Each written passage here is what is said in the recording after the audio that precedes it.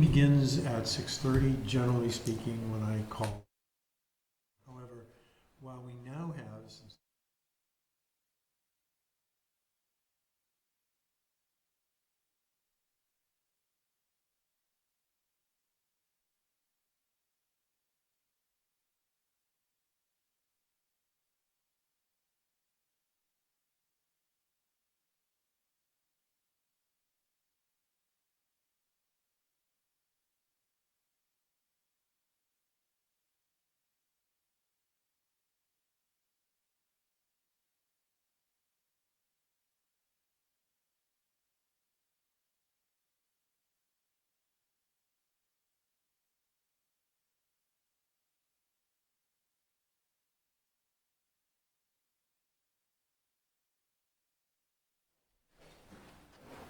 okay. So at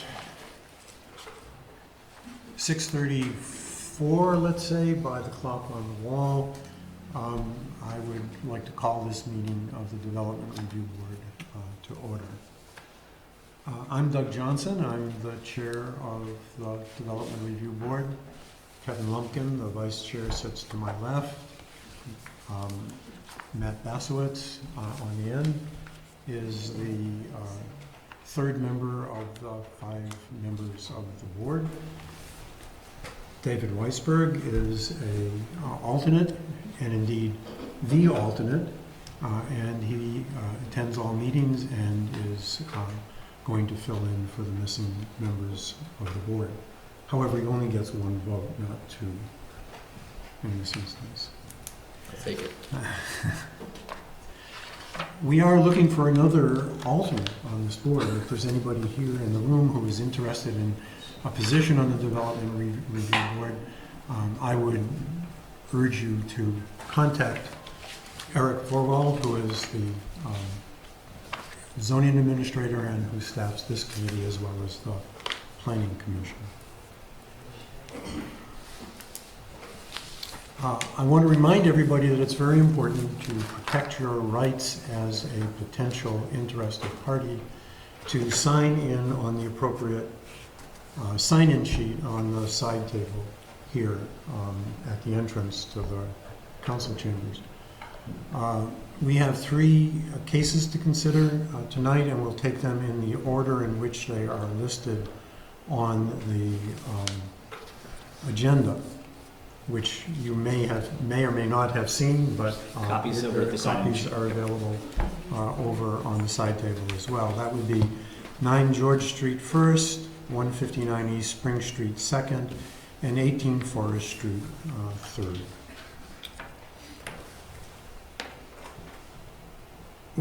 So we have 3 cases to deal with, and the Development Review Board, I should kind of review what we do and how we do it and why.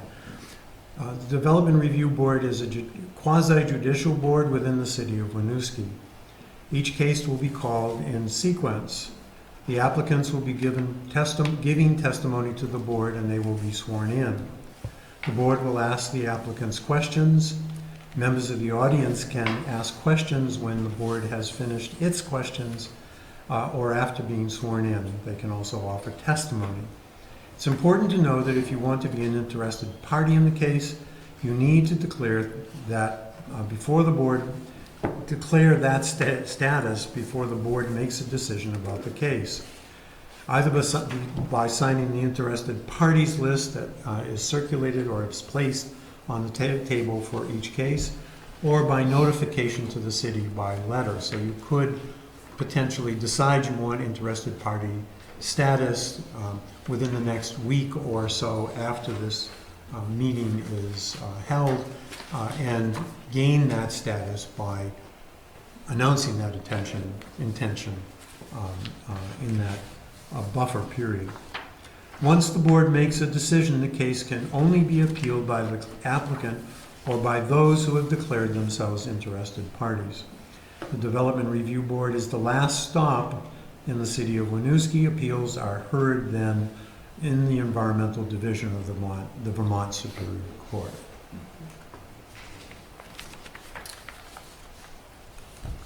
Now, we have some general business before we turn to the individual cases that we need to take. Vermont law requires that a period of public comment be offered to everybody who is in attendance at the meeting. This is your opportunity to raise issues that might be bothering you about city life and governance, and to do so briefly. We would be most happy if those issues dealt with the Development Review Board's field of interest and authority, but we will listen briefly, no more than 2 minutes at a time, to anybody who wishes to speak, and we will charge Eric, if it's not in our purview, to see to it that the proper authority segment in city administration takes it in charge. So, is there anybody who would like to address the DRB with a concern?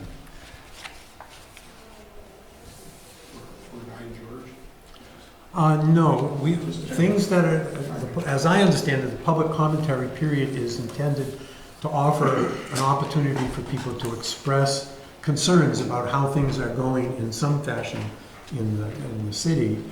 Cases that are before the board can be addressed, and I'll give opportunity for anybody who is sworn in and wants to speak to do so. This is just a general offer. We are a democracy. We can speak. We will be heard. Okay. Seeing, hearing, and recognizing nobody gesticulating or otherwise trying to get my attention, I will move on to the next item of business. For us, that is the approval of the minutes of the previous meeting. I assume that everybody has had an opportunity to take a look at the brief minutes of our last meeting. Does anybody have any comments, questions, or changes in those minutes? Nope.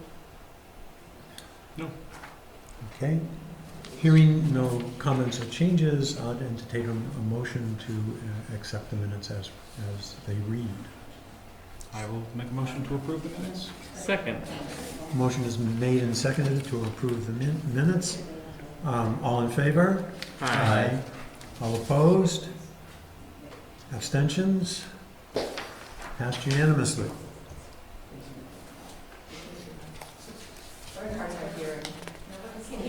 You can't hear it. Very hard.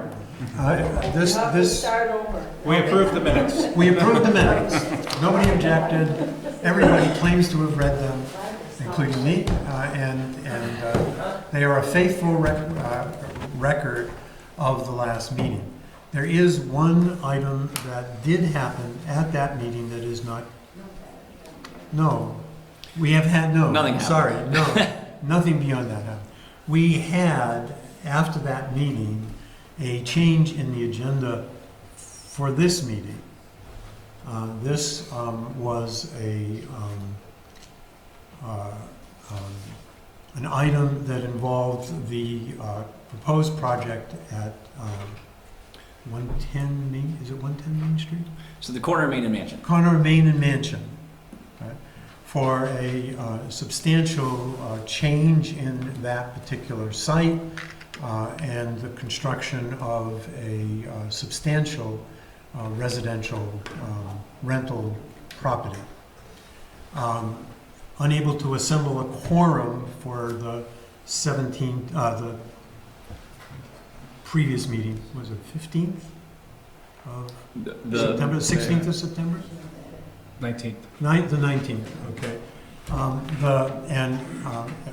With an issue about who had jurisdiction of the appeal that was being made at that time, the Environmental Court or the Development Review Board, we postponed to a time to be ascertained if the DRB had authority, that item of a sole agenda, and then we adjourned. So the date for that is now the 5th of November? November 5th. November 5th at 6:30 p.m. And we It would be appropriate, I think, because at the September meeting, that hearing was postponed to this meeting, and we're postponing it again. I think it'd be appropriate to take a motion to postpone to November 5th Okay. at 6 p.m. Okay. to So- continue that. So I need a motion to continue to that meeting. So I'll move to postpone the previously warned hearing for the Main and Mansion apartment project to November 5th at 6:30 p.m. Because we don't have a quorum to hear that particular project tonight, and because none of you have shown up to talk about it, hopefully. And if you have, bye. Unless you have more stuff to talk about. I will second everything he just said.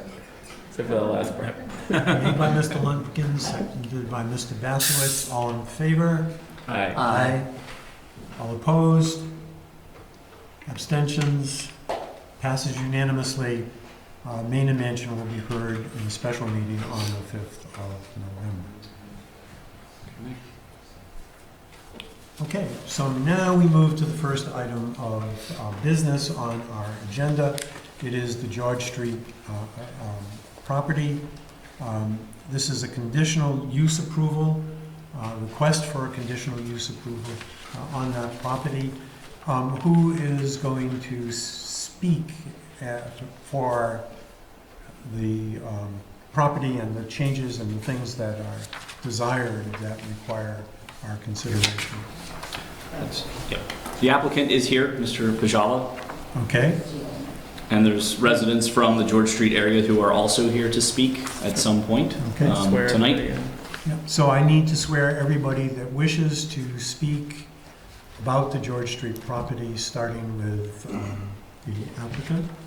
Or any of the agenda items. It Just might do it be- all yeah, at once. it may be- Okay, we do it all at once. Everybody who wishes to speak for any one of the three cases before us, please raise your hand. Okay. Do you solemnly swear to tell the truth, the whole truth, and nothing but the truth? I do. So, sworn. Mr. Pichala, would you come up and briefly explain the project that you want to do? The way we proceed is that the applicant explains the project. We question the applicant about what he has to tell us or things that he may not tell us. And then we open up to a general discourse where people who have already sworn may indeed speak. And if somebody is so moved who hasn't sworn, we will recognize that person to be sworn and speak. Sir. This is the first time I've ever done this. I'm not sure what the protocol is. You walk us through it. So the place at 9 George Street, in the backyard, when I started looking at the zoning laws, I want to know if this was even a possibility. And with a little research, they said, yeah, if you follow all the right rules and regulations, you could put a small cottage in the backyard. So I went through the process. I drew up plans. I think everything is in line with the city regulations. So my proposal is to build a small one-bedroom studio type cottage in the backyard of our property at 9 George Street. So I'll just to add to what Mr. Pajala just said, in your packet is the application for the project. There's also the building elevations and floor plans for the project or for the proposed cottage. There's also some sample photographs of what it might look like just for representative purposes. And then a memo from me to you all on the conditional use review criteria. Since detached cottages are listed in our regulations as a conditional use, therefore you have the opportunity to if you so choose to approve, you can apply conditions to that approval that you deem appropriate. So the write-up that I provided outlines the 5 criteria that are the 5 questions that are asked for conditional use approval as well. Who's the intended audience for the cottage? Are you looking to rent it out to single person, couple, family, anybody? As you know, housing is pretty tight around here. Yep. So the market is tough. Ideally, a young couple, somebody that's in that demographic, that price range. What's the plan for parking? Parking, I believe there's enough room in the existing driveway. We could extend a little bit back, and then width-wise, closer to the existing house, there's some steps that we could remove, change the entrance from the side of the house to the front of the house, which would free up some more parking as well. So is the intent to have all off-street parking for the folks who would be in this cottage? Only during parking bans. There's no reason to have everybody park off-street unless, there's a reason for snow removal. But it wasn't, the idea was not to have everybody park off-street. No. There is a requirement for off-street parking for any development project, basically in the city. With a detached cottage, there would be a requirement for one space on site. As an accessory dwelling is the way we regulate that. So I believe there is adequate space on the driveway currently to accommodate that. So there would be, the parking could be met either in the existing driveway, or the lot coverage requirements would not be exceeded by this cottage. So there would be the option to include parking on site with, as necessary. So what's the total number of required spaces? So for an accessory dwelling, it's one space per unit. For a basically any other residential dwelling in the residential districts, the RA, the RB, or the RC, it's 2 spaces per unit. So we're building a 3 for the lot. So in this configuration, since it's currently single family, so it's a single family home now, so that would require 2, and then the accessory dwelling would require 1 more, so 3 total, yes. And do we have a standard for the size? It's 20 by 9 feet or something? I believe there is, depending on how it's configured. I believe it is a 20 by 9 or 18 by 9, I think. But there is dimensional requirements in the regulations. Because it looks like the driveway might not be long enough for 3 cars if it's to scale on this drawing. The house is 32. It's 8 feet from the road. You've got 40 feet, and then that would be 2 cars. Is it wide enough for 2 side by side? No. Which one is the house on the street about? We're looking at this one here. Yeah, it's this. Okay. But it looks like it could be extended towards the new unit, the driveway. The existing driveway, if you, between the street and the existing house, there's a strip of grass there. That would be where the steps would be removed, and the entrance to the front porch would be moved to the front of the building. That would free up some more space. So you could park 2 cars side by side in the front there. I think I can take us there as well.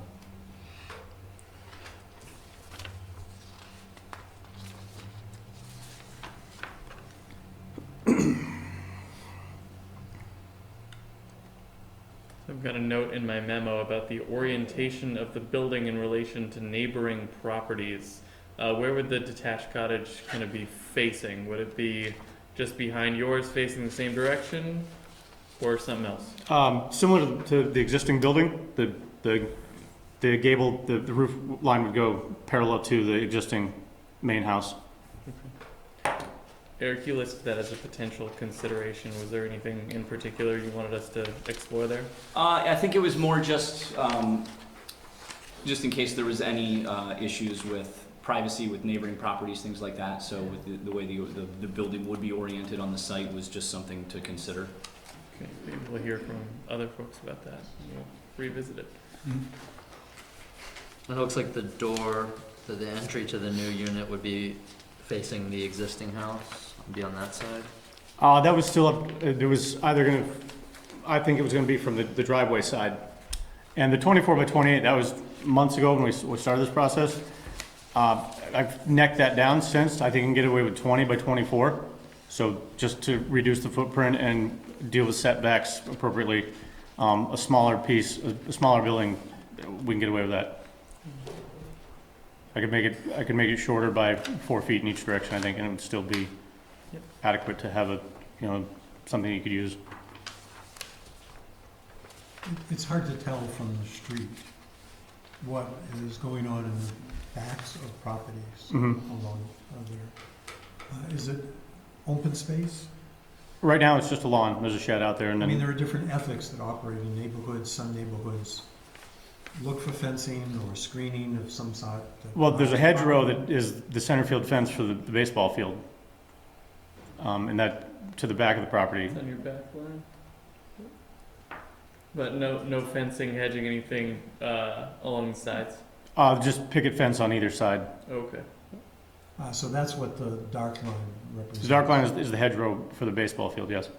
No, that Oh. that I can see clearly, but then. Yes.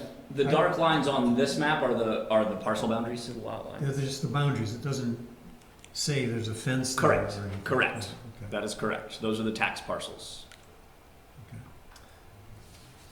Are the two accessory units on the bottom of the row there, are those garages or are those dwelling units? The two properties just to the south, Well, or up? Here? No, where's the house we're talking about? Right here. Yep, now go down. To the right of that. No, No, to the right. to the right. Oh, over here. That and the next one. And that, I believe that is a garage for sure. And then I'm pretty sure that's also a garage, but I'm not positive on that. there are accessory units on the houses on the other side, or at least a couple of them farther down the street. Yeah. The light colored roof, for example, and the gray or whatever, I think, Down are here. accessory units. They want you to speak up. Ah, Sorry. I said on the other side of the street, there are a couple of houses that do have accessory units. That is. I'm sorry, I'm not, I'm out of the classroom, I've been retired for 8 years. I've kind of lost my bellow, I guess, is what I would say. But I will attempt to project more in your direction.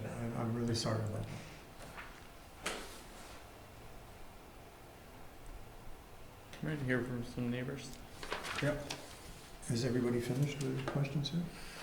Can I just ask you what kinds of lighting and what kinds of landscaping you may be planning to put in around that property? As far as lighting, just enough lighting, entryway, just either a wall sconce or maybe, like a recessed light under an entryway. There's no exterior lights, no motion lights planned, nothing that would disturb anybody. Okay, there are no motion lights in the neighborhood or what have you? That I don't know, but there's no motion lights there currently, and I didn't have any intention to put any in. Okay, all right, I just wanted to ask. Okay, is everybody finished with questions? All right, so we will hear from interested parties on 9 John Street, and we'll take everybody who wants to speak, and I'd ask you to try to keep your comments to about 2 minutes. Who would like to begin? Just identify yourself, please, sir. Doug Weston, If you could please come up to the table. Come on, Mayor, would you come to? I'm one of the close neighbors. How close? Like that close, 15 feet. Okay. Eric, do we know where Mr. Weston's property Is is? it 7 George, which Yeah, it's the one with the garage on the is right this there. property Here here? we go. Mhm. That is a close neighbor. Yeah, pretty close. Okay. Now, one thing I'm reading about is the, what do you call it, the lot coverage. Yes. Now, lot coverage, by your definition of your thing, is a portion includes but is not limited to all areas covered by buildings, park structures, driveways, roads, sidewalks, etc. So if you look at that, I would say, and your maximum is 50% according to your sheet there. Correct. I would say that with all that coverage, you're already at 50%, if not more, without even adding a 400 square foot cottage.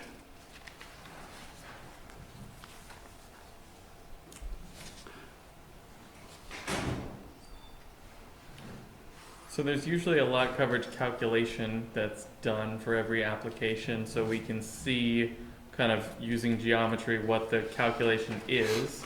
Eric, do we have a lot coverage calculation for this application? I don't have the specific calculations, but I did look at what the current coverage is and where this, how this unit would impact that coverage, and I believe with the proposed unit and the other structures and driveway that's on the property, I believe it's at just over 40% coverage. So the maximum lot coverage in this zoning district is 50%, so it would be under that threshold. Is that including the driveway Yes. and the extended driveway, if he has to put another driveway on? So it would not include any extensions to a driveway at this point, that 40%, but there would be an additional 10% available if necessary. So it sounds like something we could do is require prior to issuance of a permit, the submission of what we would traditionally consider to be a lot coverage calculation, showing not like the proposal, but what's actually gonna go in, and make sure that we kind of check the math and it actually does meet 50%. Because if we're extending the driveway, if we're changing the size of the building, we wanna make sure that it's correct. Yep. Right? Absolutely. Okay, so that includes like the shed and the deck and all that stuff too, right? Yes. Now, I noticed when I looked up the design for the house that it's a one-bedroom, but it has a loft upstairs. Can he convert that loft into a bedroom so that he can have more renters in there? And also, I didn't see whether it was on a slab or on a full basement. If it's on a full basement, there's another opportunity to add another 2 renters. So your concern is that it's not gonna be a couple, it's gonna be like 6 or 7 people? Well, now, I heard stated that this was a single-family home. It may be a single-family home normally, but it's been converted into a 4-unit apartment. There's 4 bedrooms in there, and there's 4 cars already in that driveway, or supposed to be in that driveway, or using it. Now, if you add another 2 cars, there just is not enough room. And the people in the back in the cottage are not gonna want the kids in the front to park in back of them, so that they have to ask them to move every time they wanna get out of the driveway. And another thing on the parking is a big thing. I mean, George Street is parked to the limit. And you're gonna hear it from some other people too, probably, but that's one of the big things, you know? Even though it's a one-family home, it doesn't have just 1 or 2 cars, it's got 4 cars already.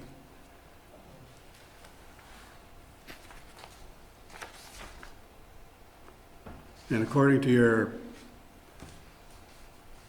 your memo, the additional detached cottage would require 1 additional off-street parking area to accommodate. It'd be all right if there was only 1 person there, but if you get a couple in there and they have 2 cars, then what are you gonna do?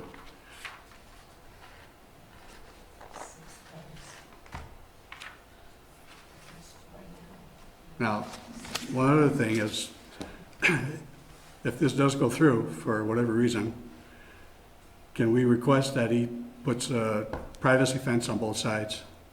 I mean, because this is our backyard. We don't have much of a backyard as it is, and, you know, this is really infringing on our area. Not, you know, physically, but our privacy is at stake here. I mean, it's already bad enough as it is. So we heard testimony earlier about picket fences along the side. That's mine. Okay. We do have the ability to impose a lot of conditions Screening, on the yeah. approval. So do you have anything specific in mind as to what would satisfy your concerns about privacy? Like a 10-foot private fence if you're gonna do it, but that's out of spec. Okay. Eric, do we have any regs on fences? The maximum height for a fence is 6 feet 6 feet. in this district. So without overruling our own zoning regs, it can't be higher than 6 feet. Correct. Now, the other thing we're a little bit concerned about, Randy and I, and probably everybody in the neighborhood, is that, you know, adding a little cottage in the back there, it's great if you're gonna rent it, but it's gonna affect the property value of our houses in some way, and I'm guaranteeing it's not gonna be good. I mean, nobody probably wants to move into a house that's got, you know, 2 houses on the side of it in 1 lot. I mean, that has to be a consideration.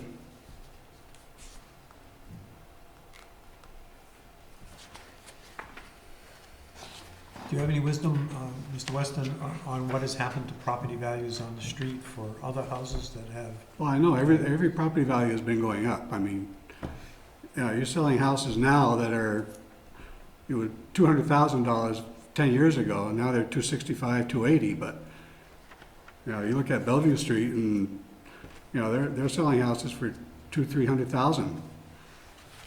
But that doesn't mean it's not gonna affect our house. I mean, we're not ready to sell it yet, I mean.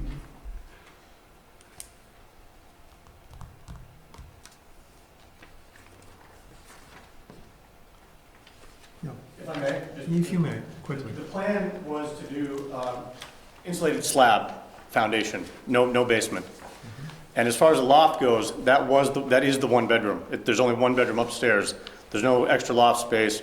It'd be open living concept downstairs, bedroom upstairs. So as far as getting more people in, that was never the intention. Cost-wise, the 4-foot frost wall with an insulated slab it makes more sense. Plus, there's been water issues in the existing basement, and going down that far it just doesn't make any sense. So as far as full basement, that's not in the plans, and the only bedroom is the one bedroom upstairs.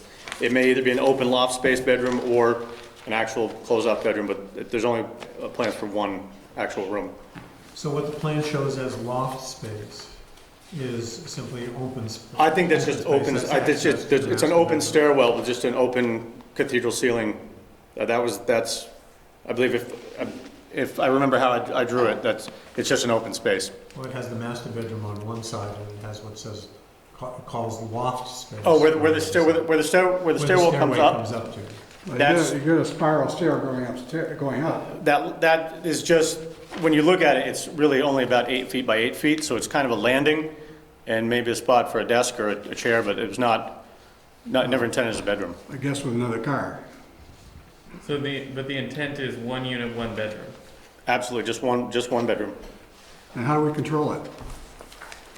So we have the ability to condition the approval with a number of different things.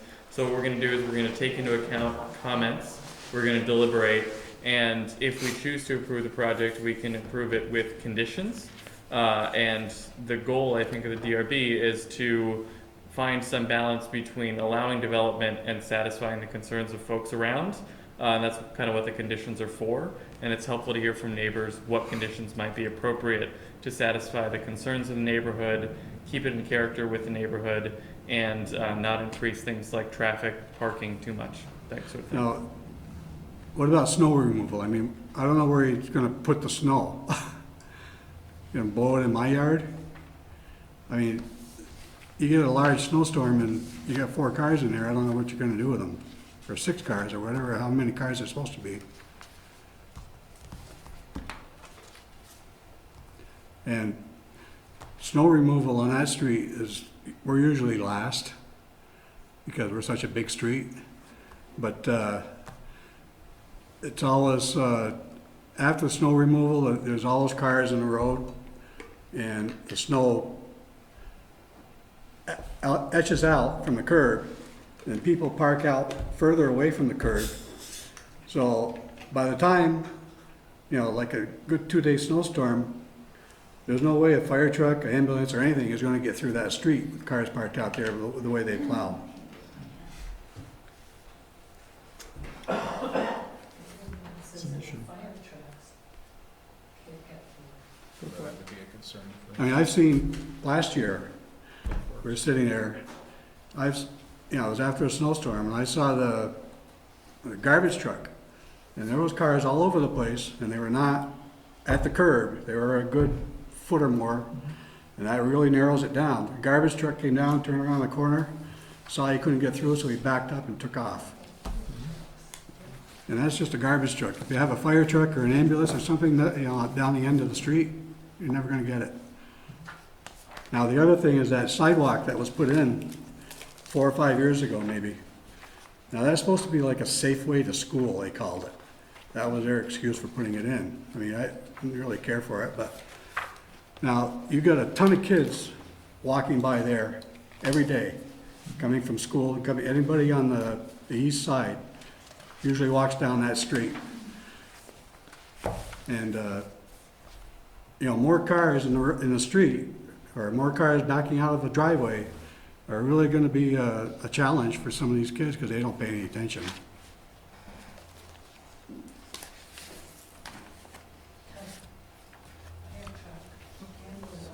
Yeah. Okay, have you finished? I'm all set. Mr. Austin? Okay, thank you. Who else would like to speak? Could you identify yourself? Rick Langlays, I live at 17 George Street. I agree with Mr. Weston. Basically, in my opinion, the parking is the Achilles heel of this project. I don't think it's been discussed here, but I don't know the exact dimensions, but I believe George Street is not your typical street in Winooski, meaning that it's really only about 3 cars wide. So with parking allowed on either side of the street, you barely have one lane to get one vehicle through the center. It's not a normal street where 2 cars can pass. If somebody could back me up in that, but I've known that for years. I've lived on the street for 28 years now. One of you brought up the house at 14 George across the street from my house. Basically, it has the mother-in-law apartment. The same situation happens there. They rent it out. It creates 2 cars, not one, for a single bedroom unit. And because the driveway for the adjoining house or the owning house is a narrow 1-car wide driveway, nobody wants to park in the driveway for fear of being locked in. So that drives everybody to park in the street. And I know that firsthand because I have a 22-foot long truck. And every morning when I leave for work, I have to take like 3 bites to do the trick to get out without crunching somebody's door panel because somebody's parked right at the end of my driveway. I even went as far as doing a curb cut on my driveway to make it easier to make the swing, and I still can't make the swing in one shot most days, depending on that. So that basically, the fact that more cars are going to be parked in the street is going to create more problems for people across the street from those individuals, in my opinion. I have one question about the fence height.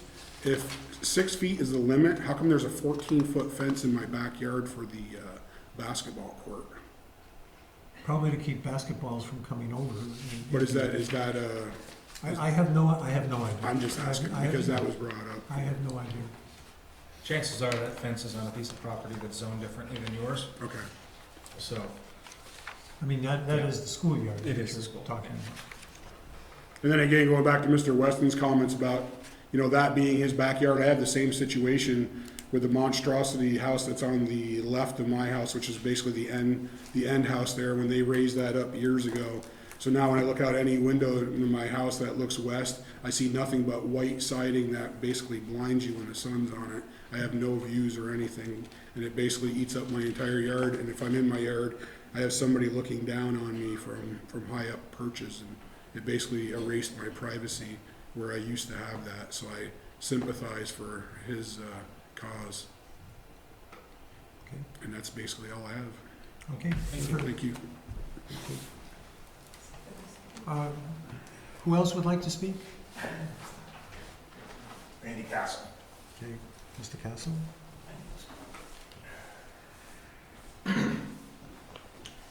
Well, basically what I gotta say is I support both of what they just said, but my biggest issues is with the cars and the snow. Last year, 2 times when the lights were blinking, the cops were supposed to take these cars off the road, which you never see the cops, and don't bother with that. I'm the house next door going the other way. So when the snow plow goes by, there's always one of their cars in the road, or sometimes 2. Well, last 2 times when the snow plow goes by, I don't know if you guys know the snow plow, how it works, but when it goes around, it makes a big swath. And when it does that, all of it comes right in my yard, every bit of it. So now I'm out there shoveling their driveway as well as mine.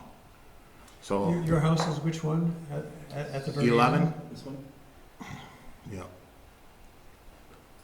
So we're never gonna get the police to cooperate with the zone as far as when the lights are blinking, you're supposed to get them off, you never see cops around, ever.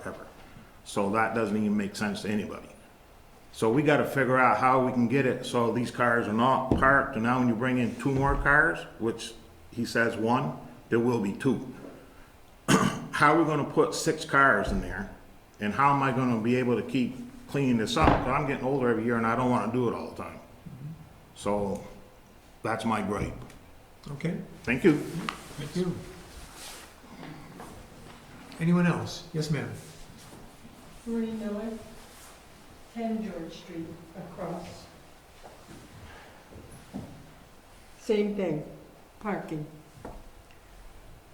My driveway is directly across the house.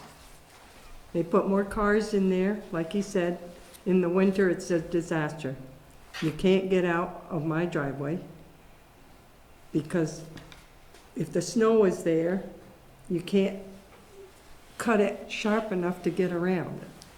Because the banks are all, then the snow, the bus goes down the road. It was a dead end, and now it is not. And so the bus goes down, the cars go down when the schools are open. Are you talking about a school bus going through? Yeah, yeah. Some of this, I'd have to say, sounds like a general complaint to the Department of Public It- Works and so on about. It's driving and it's the cars. You can't put any more cars in there. You just can't. There's no room for them to park. Unless you want to put a parking garage down the other end of the room, down where the park is. And they go down there. Mhm. But my complaint is parking, Okay. and in the winter, it's worse. Mhm. And if an ambulance had to go down there, or a fire truck, they can't do it. My son comes in with his truck, he can't even get out of there. He has to back up, go down to the park, turn around, and go back out. And it's all parking because of all the cars that are in that single dwelling home. They have 5 people there. 5 cars. And they're gonna build another one in the back with 2 people, 2 more cars, and maybe some, if we get company, and they get company, it's even worse. They put in the sidewalks that made our roads smaller. It's a disaster. Well, certainly the sidewalk was essential to keep kids separate and pedestrians separate from the traffic, so. It was for the children to go walk on, to go to school, but Sure. a lot of them don't use it. They like to walk the road. Or go up on the grass and walk the grass. Soft to surface. Yeah, it's children. There's young kids. The main unit is a single-family dwelling. Correct. How many bedrooms in it? 4 bedrooms. With one entrance to the building.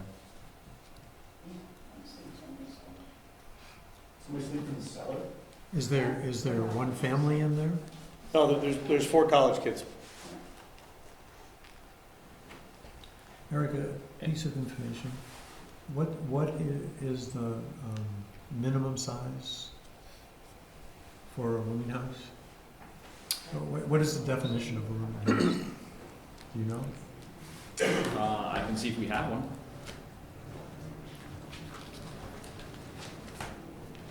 I don't know that it's in the zoning. The housing standards have Yeah. a minimum requirement for a bedroom.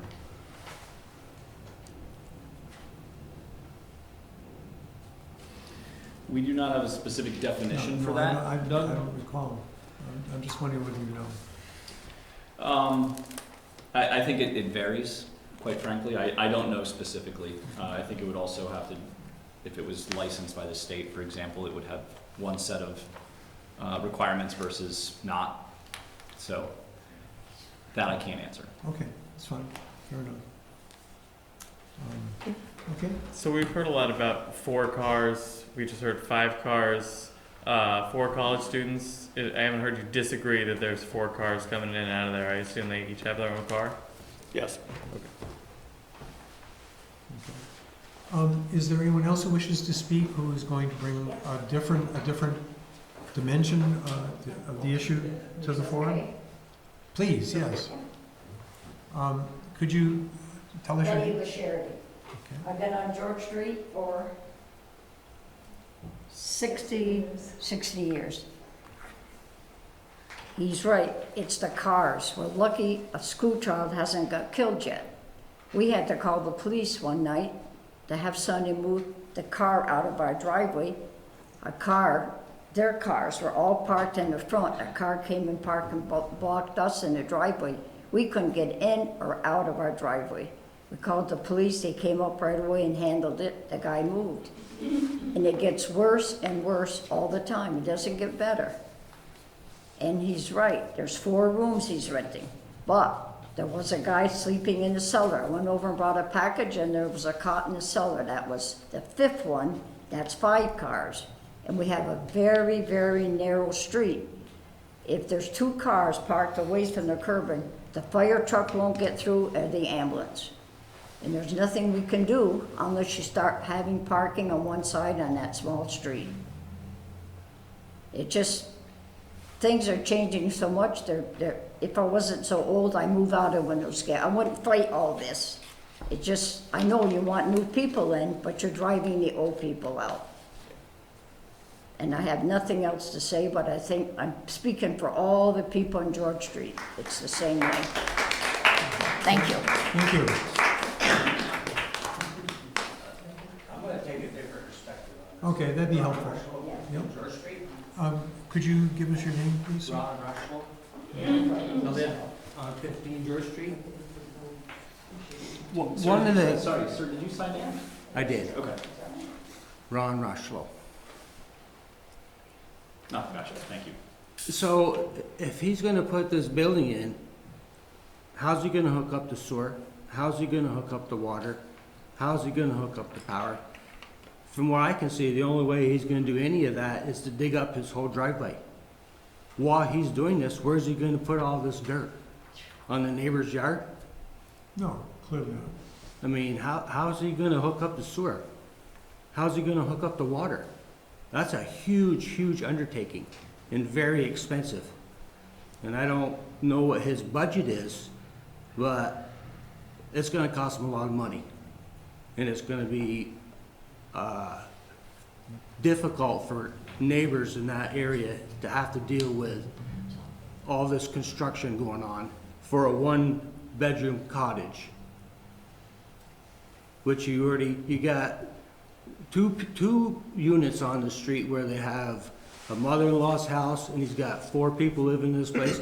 Nobody wants to park in the driveway because nobody wants to get blocked in.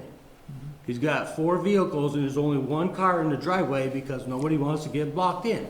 Last winter, because the city doesn't take care of their parking ban, the plow would go around the vehicle and I'd have to shovel my driveway halfway out into the road so I could get out. And then the car that he had to plow around, they didn't even come out and sweep their car off for 4 days. It just sat there on the side of the road.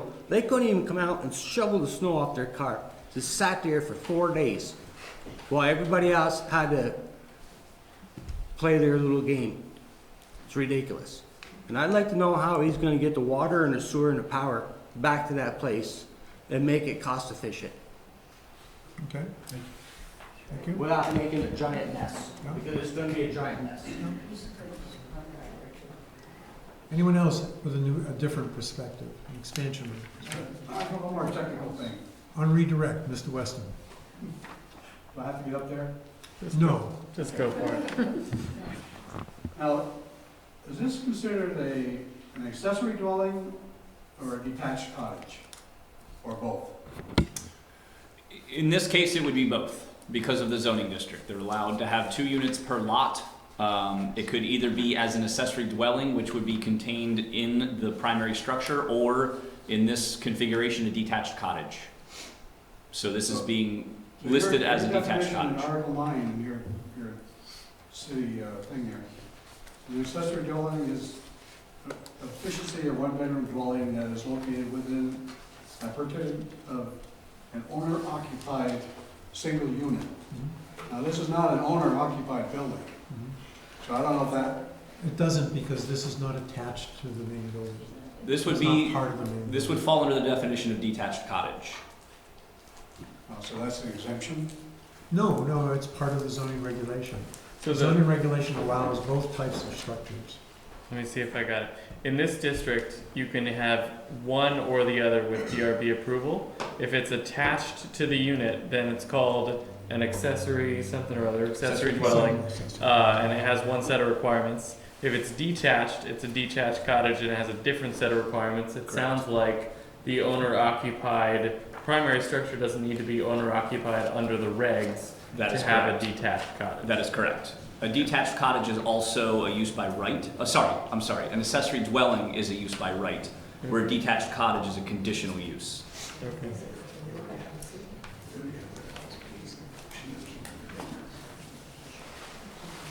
Okay, yeah, I mean, that is the difference. I guess I am.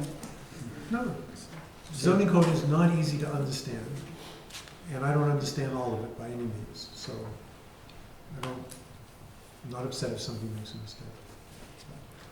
What do you think? Do we deliberate now or do we take evidence on the other? I think my preference is to take evidence for all three, and then to have a closed deliberation. Sure. I've got good notes Okay. to refresh as necessary. So the way we're going to proceed is we will take evidence from each of the three cases, and then we will move into a closed deliberative session. So you could wait until after we've taken all of the evidence and we've had our closed deliberative session and hear what the DRB decides, or you can go home and watch whatever programming you wish to watch, or read whatever book you wish to watch, and find out tomorrow or the next day, but in the near future. And I will point out that because we have 2 more applications to hear, if it's like 9:30 by the time we're done, there's a chance we'll decide to deliberate not today, so that we are not here till like midnight. So, They'll pay you overtime. Yeah, yeah, That would be double awfully my nice. salary. What's double zero? they won't even pay Eric overtime, so. Okay, so, we have our information for 9 George Street. Where are the 159 East Spring Street Yes. people? Okay, who We have is Mr. representing this, Mr. Parisi, Mr. the Parisi? gentleman who just stood up, is the applicant in this case. Okay. This is also a request for a conditional use for a detached cottage at 159 East Spring Street. There's information in your agenda packet. Site plan, a floor plan of the building, application itself, and some elevations, general elevations, not necessarily specific, but representative of the project. Is that Yes, accurate? I did make a little presentation because it seems like this is going to be somewhat of a complex thing. I don't know if you're want it or not, or No, We can do that. is it? let Yeah. me see. So the elevations that were in the packet are not of this project? is that- It's the building. I've already built that building before. It's basically a copycat. It'll be the exact same elevations, essentially, just smaller dimensionally, but the heights will be all the same. But these elevations show an attached building, right? That's right, yeah. But it's the same style of Okay. building, essentially, so.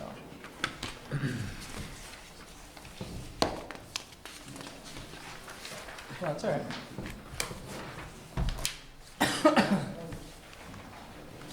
So I don't know how I can connect to this. I think you'd have It's to not come. easy. You have it on a thumb drive?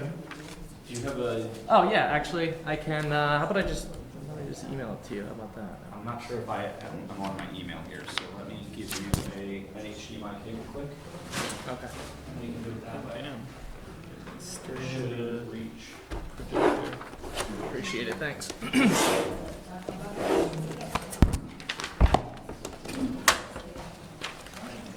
Okay, thank you. Thanks.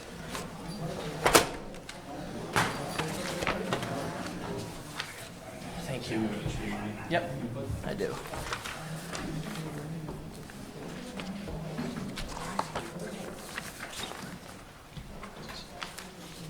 There's this street. Well, actually, no.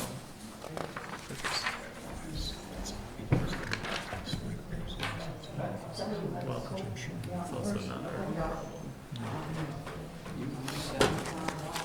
All right. Yeah, that's a big That's okay. Good evening. for it. I'm Matthew Parisi. This is my wife Blair Knowles. We're both co-owners of 159 East Spring Street. It's been a couple of years since I've been before this board, but gonna do the same. Hopefully, do the same thing again on 159 East Spring Street and build another cottage, brand new cottage. Yeah, I'm gonna go through that. Yeah, the last one we did was actually one of the first ones, first detached cottages in Winooski. It was on 123 Hickok Street. So just some history there. So right here is just the parcel ID map, so the audience can kind of see where we are. Right, this is 159 Spring Street, 157, 165, and then this is obviously 26 Hood Street.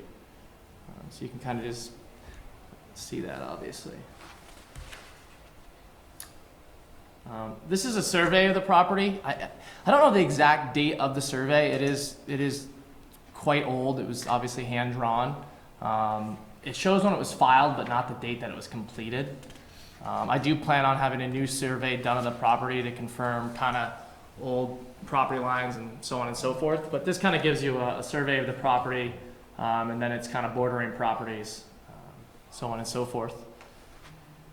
I don't know if anyone has any questions. You just stop me. Otherwise, I'm going to kind of continue going through. Here's the site plan for the new proposed accessory structure. It's going to be a 2-bedroom building, about 940 square feet, I believe, currently. It's going to be 2 stories. We wanted to do one single story, but it's just lot coverage wise and kind of dimensionally, it didn't seem to work. So, and that's why also the elevations you see from that other detached building, or sorry, the attached building at Hickok Street, that's where we're using that just to show you what the elevation is going to be for the new building. So you kind of see that. I have a better image if you want to. That's quite large. In this picture, I think it's important to note there's 4 existing parking spaces, and I'm going to be adding 2 more, so more than the required amount of parking spaces.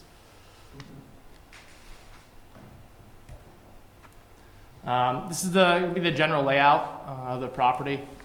It might be hard for you folks in the back to see. Maybe you want to come up closer. And you all should have this in your packet. Yeah, sorry, this should be in your packet as well, yep.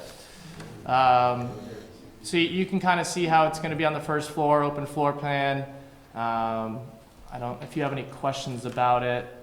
This is all up to Vermont State Code. I have an architect who's helped me build the last 2 buildings that we've built in Winooski. It's pretty standard building. Obviously, all egress windows, hardwired smoke detectors throughout, etc. Like I said, these exterior elevations / mock-up were taken from the last building I built. This will not be here. This is the attachment to the existing, what was then the existing single-family home. But this is the idea of what it's going to look like from the outside, essentially, in terms of the elevations, the roof pitch, so on and so forth, I guess. And what's labeled deck on the site plan is actually a covered porch. There'll be a roof. Yeah, I mean, I think, again, Eric and I were discussing, I wanted to build a single story structure, and I had the exterior elevations, obviously, and mock-up complete of that. But when we decided that we needed to go with a 2-story, it changed that necessity. So there will still be a little deck, obviously, off of it. It's not that large. I can go back to the, right here. It shows it. That's kind of the deck right there. So there's no roof over that? No. All right. So I think I also just brought up, this is a zoning map, obviously, and then the existing regulations. Obviously, some of these properties on Spring Street are unique on East Spring Street because they all fall into the RC zoning district, which is a higher density district. But they all obviously abut the RB district, right? So it is RC zoning, obviously. Its lot coverages are different, setbacks. I just wanted to point that out. In this case, a detached cottage is obviously a conditional use. Eric and I have already worked on the zoning, or the lot coverage. The setbacks should be more than sufficient. I tried to push the new cottage as far back as possible from the existing right-of-way so that it's not infringing upon the neighbors. So it's been pushed back about as far as possible without then infringing on the next neighbor's property, essentially. Is there a unit on the large lot? I'm sorry? Is there a house on the large lot? Yeah, which the large lot right The one here? with the right of way in it, yeah. Yeah, the right-of-way is actually split between all three of these, or I guess it would be 5 of these properties. But there is one large home on 26 Hood Street, I believe. And that's located where? Kind of right here-ish. She might be able to speak better to that, Sadie. But that's kind of, I think, approximately where it is. Oh, great, yeah, we'll definitely look at that, yeah. Oh, okay. Well, we'll have to look, yeah. So if I'm understanding this correctly, there's a right-of-way that is essentially a driveway for 4 or 5 properties coming off of Hood Street. That's right. I gather that's the same one that the fire department's here to talk That's about. right. That's why I made this presentation, because it's kind of complex and I kind of want to Okay. be on the same page with everyone since it's a little more confusing. Even though these are all addressed as Spring Street right here, the right of way for 157, 159, and 165 Spring Street are all accessed via a right of way that was deeded in 1949. So. Yeah. Anyways, I'm gonna keep blowing through it here so we can. I know there's gonna be some contentious issues. So we also obviously we're kind of small-time developers. We've renovated and/or built about 18 different units. I know there's concerns about density issues, parking, small driveway, access issues, and the list goes on. And kind of our intentions are to fix up the property as best as possible. It's currently in its current state, 159 East Spring Street needs some serious landscaping and other work done to it. This project was actually in St. Albans. We just completed this last year. This building was Foreclosed on. Yeah, it was foreclosed on. It was kind of in the last stages of, as my father-in-law likes to state, bulldozer bait. So it was clearly near the end of its line, and we've brought it back fully. It was completely renovated, and this was taken back in June. So anyway, just an idea of kind of the work we try to do when we complete a project. I think it's important to note that we just purchased 159 East Spring Street a couple months ago, and that when we purchased, there are tenants in place in the property. I think we've heard lots of complaints about the tenants from the neighborhood. They do have an active legal lease, so we inherited the lease. They're not the tenants that we put in the property, and when their lease expires, we do plan to have them leave. Yeah, we do intend to move into the property and fix it up, as we did at 123 Hickok Street. Again, I can't break their lease, and they didn't go through our application process. So I'll leave it at that. So the fire safety concerns kind of came about around, I spoke briefly with John Audi a little bit, but we never had gotten into it. And then obviously the fire department sent the letter to Eric, who then forwarded it to me on October 10th. And there's issues. This right of way was established in 1949, right? It's 8 feet more or less, and it kind of takes part of the land from, right? It takes part of the land, sorry, I'll go back here. Takes part of the land from 26 Hood Street, part part from 165 East Spring, part from 16 Hood, and then, obviously mine 159 and then 157, right? So it's 4 feet on 159, 157, and that runs the whole length of, I think I have it right. Yeah, so Norman Court right here, it runs this full length here, okay? And then obviously 165 is right here, and so on So and so saying forth. it's actually on your property, because it looks like is that the property line? It's part of it's on our property, and part of it's on the neighbor's property. The deed, when you look at the deed, which I have copies of the deed here actually, if needed, we can look at it. It's partially on. It's the way it says is 4 feet, on either direction essentially. So legally, maybe that's where it is, and maybe, here it's drawn so that it's not on your property. Yeah, right. This is where it was. Norman Court was just kind of, where it was, where it was originally put. So this is essentially a private road benefiting a bunch of different properties. Like you have a subdevelopment, you build in a road, everybody has. That's right. kind of That's right. restrictive covenants. Yeah, and it's this is actually the only single family home it's currently servicing. The one at the end, 157, is a duplex Okay. owned by the owners of 26 Hood Street. Obviously, that's a single family in RB zoning. 165 East Spring is also a duplex. And then I think 16 Hood is actually, which they don't actually use it. They have their own driveway. That's a single family, I believe. But those are all the properties involved, so to speak. Is this Norman Court the only way that a fire truck could get to the duplex? That's right. To the detached cottage? Yeah, the only way it could get to the proposed attached cottage or any building on that's serviced by that road. Who currently maintains that road? Is there an HOA? There's no road association. It's kind of a friendly right of way, as they say. I know that the quarries have done a good job maintaining it over the years.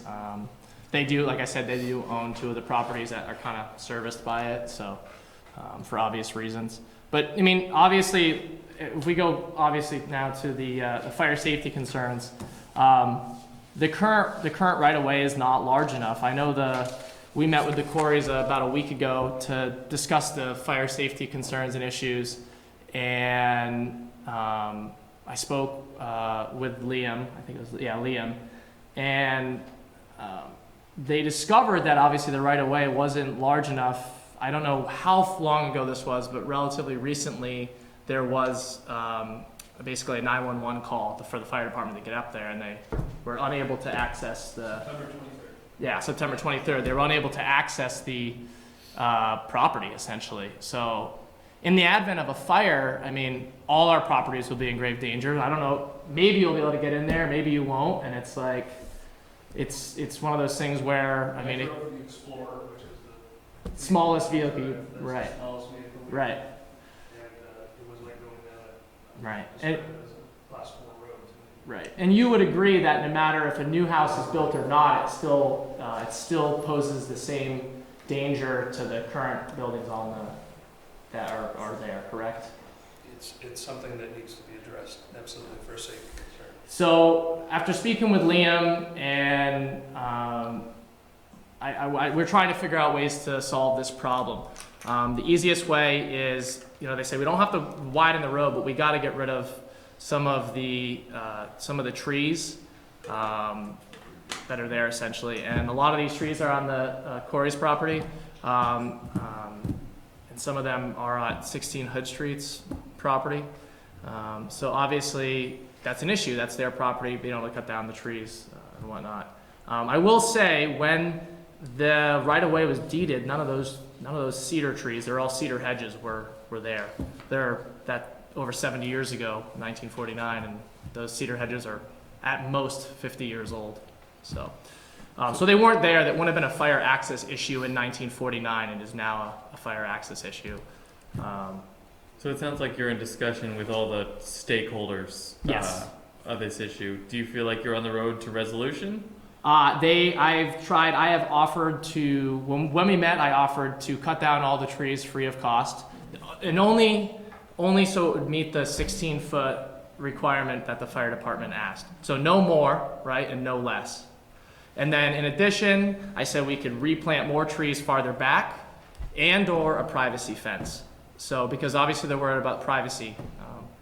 Once, they lose their cedar trees, cedar bushes, whatever you want to call them. Sure. So I've tried to come up with those solutions. It seems that that's not going to be a serviceable opportunity there. So I did speak briefly with Eric. I didn't have a chance to speak with Liam. I said, what happens if we cut down all the trees that are on Spring Street, facing Spring Street? Well, the pitch there is like 45 degrees. It's like walking straight uphill.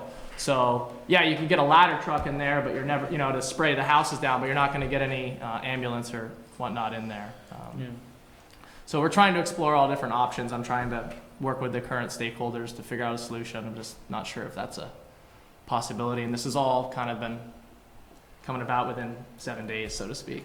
Yeah, so I will tell you that one of our criteria is something about existing community services or facilities, which I believe I don't know. is supposed to be about like public safety, fire, access, things like that. So, just speaking for myself, I would be inclined to condition approval of putting a new structure that's going to be serviced by this right-of-way on working it out with the fire department.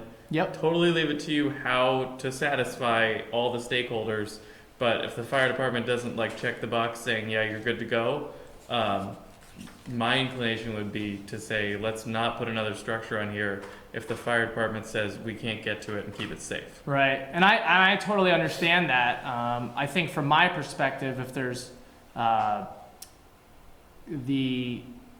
like I said, the current right-of-way was established in 1949. None of those trees were there, so this issue would not have been a problem. Those trees are now there.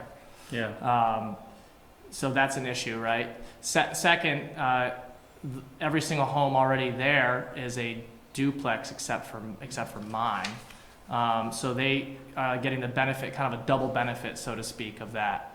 And it's kind of hard to believe that they wouldn't want fire access to their residences there. I mean, it's certainly their choice, but it's something that you would want to have access because God forbid there's a fire and that house burns down, that duplex at the end of the road that's just past mine, no one can go there. I mean, that's a huge liability. Yeah. So I think that's pretty much it. Like I said, the right-of-way was established in 1949. It's limited to 8. It's not limited to a width of 8 feet though. The way the deed is written, it's more or less 8 feet. It's kind of just how deeds are written. Yeah, right, exactly. Obviously, we're all benefited by the 150 or by the right-of-way.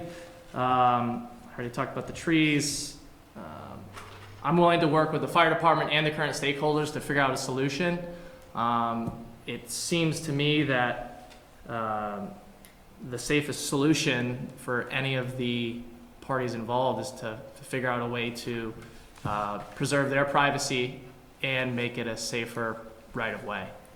And after talking to them and trying to discuss options of cutting down those trees, it doesn't seem like that's a possibility. If the neighbors, my final thing would be if the neighbors are unwilling to resolve this matter, whether or not I build a cottage on it, if we own 159 East Spring Street as a single family home, I'm placing them on notice that I'll consider them to be contributory negligent if the city of Winooski Fire Department needs to access my property on a deeded right-of-way and is unable to result in damage to my property and or more importantly harm to my tenants and or my wife if we're living there at the time. Yeah. So I think one way or another this is getting resolved. I suspect we'll hear from the fire department about the hard way that it could get resolved, which obviously won't just affect you, it'll affect your neighbors as well. But it's going to be something that we need to consider before authorizing an additional structure if the fire department is saying, hey, that's not going to be safe. Understandable. Yeah. Thank you. And that's all. I don't know if you all have any questions for me. Just a quick one. Yeah. Nothing having to do with fire access.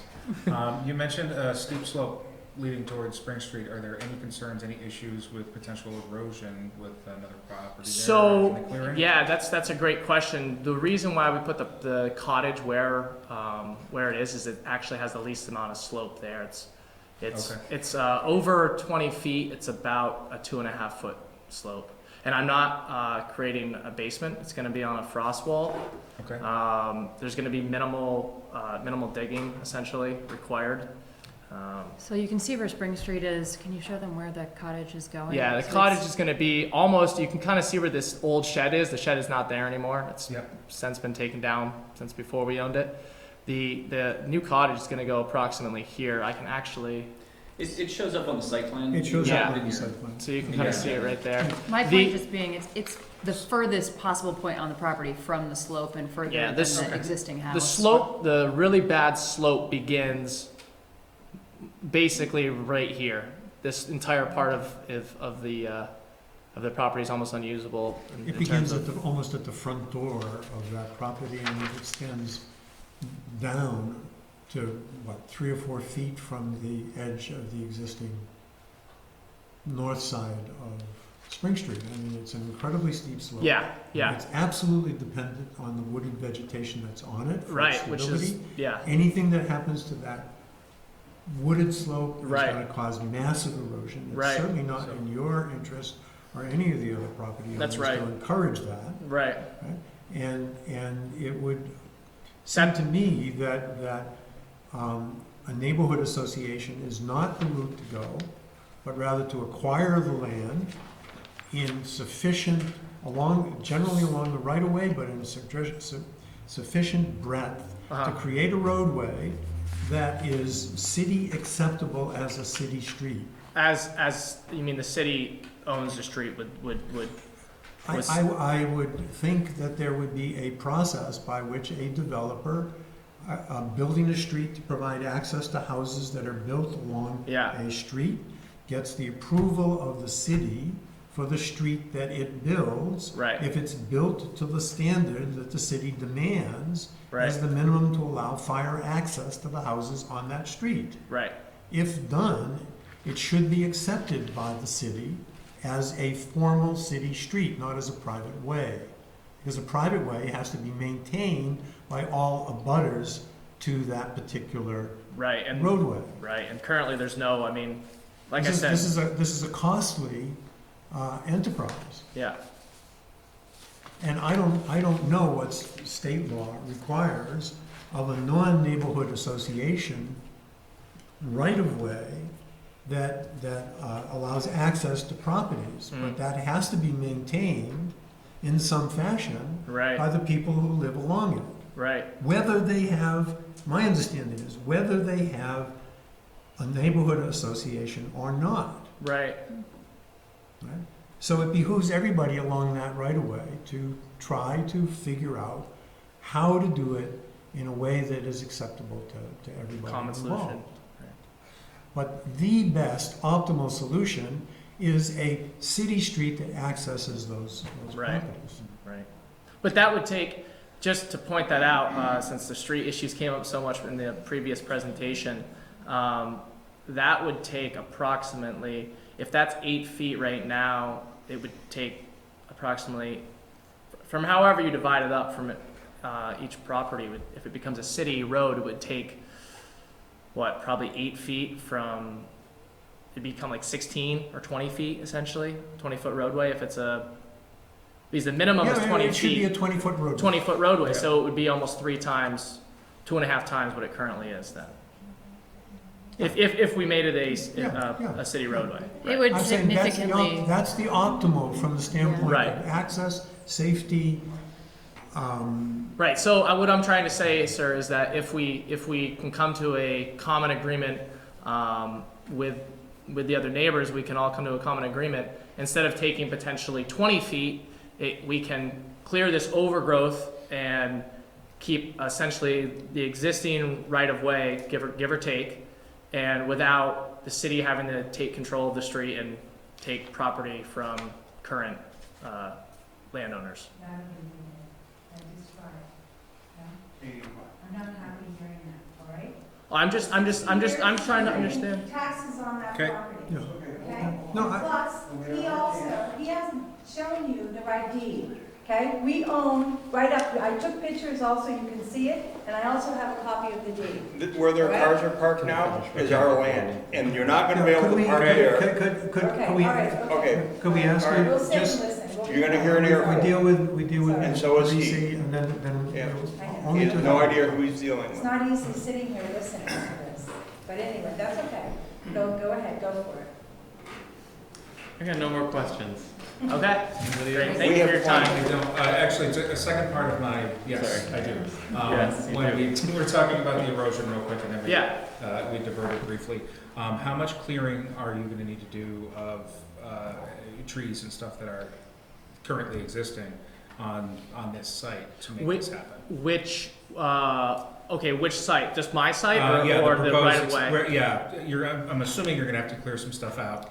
Not Yeah. on the sloped side, so Yeah. the slope is here, and where the trees need to go is Yeah, it's more all over along the right here. of way. So all I can tell you though, there's about 3 to 4 big maple trees there. Different, You're asking I'm about, actually asking about erosion, Yeah. not fire access. you're asking about what needs to be cleared on the site in order to accommodate the construction of this cottage. Correct.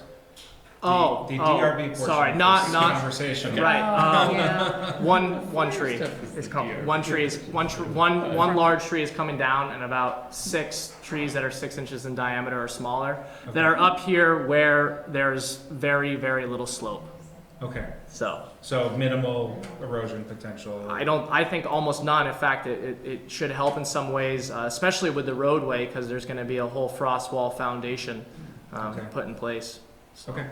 Yeah. But you would take all of the precautions to prevent erosion from starting from the top. Yeah, to the absolutely. I mean, I have kind of a team in place that's, we've worked on these places before and haven't had any other erosion issues. So, I can understand the concern. Yes, And absolutely. the construction takes place on the other side of the existing house from where the erosion concern not- is. Okay. I understand that. Yeah. Thank you. Thank you. Who would like to speak first? As you wish. Sure. Veneer Corey and Sadie Corey and Christopher. Can I show you, I have the original survey. Do you need to have that? Do you want a copy of it? If It you want, shows just the Yes, land. if you want to present it as It a would have to be entered as evidence. if you want to mark it as an exhibit, Eric can do that. Are you leaving it with us? Is it a copy or is it the original? No, it's a copy. Okay. But I didn't know if you could put it up there so you could talk a little bit about the borders. I can't put this up, but if you have an extra copy for the board to look at, that would be great. Sorry, I've been there for 60-some years. And so it's sad, my parents, it was their home and I don't know. I'll take it, thank you. Do you have a copy for yourself? I know, I'm gonna get them. And also, I just want to show you, these, and I don't know who to show it to, but these are some photos that I had taken. This is where the parking is now, and it's right into the driveway. There's 4 people, and the people that are living beyond there can't even get by. So it's been a real mess. and So the let's- stakes- Yeah, Let's talk why don't we more have- formally about this. Yeah. Gonna talk into the mics. You might want to see this photo, too. There's a stake, Where's and this one, the top there. And that's Do you want to enter this into the record as well? Copies, you can just fold up over there and like. Two of these cars are wrecked, and they've been sitting there for 6 months, Okay. one per year. Why don't you gotta talk from over there, so that we capture you on the mic. This is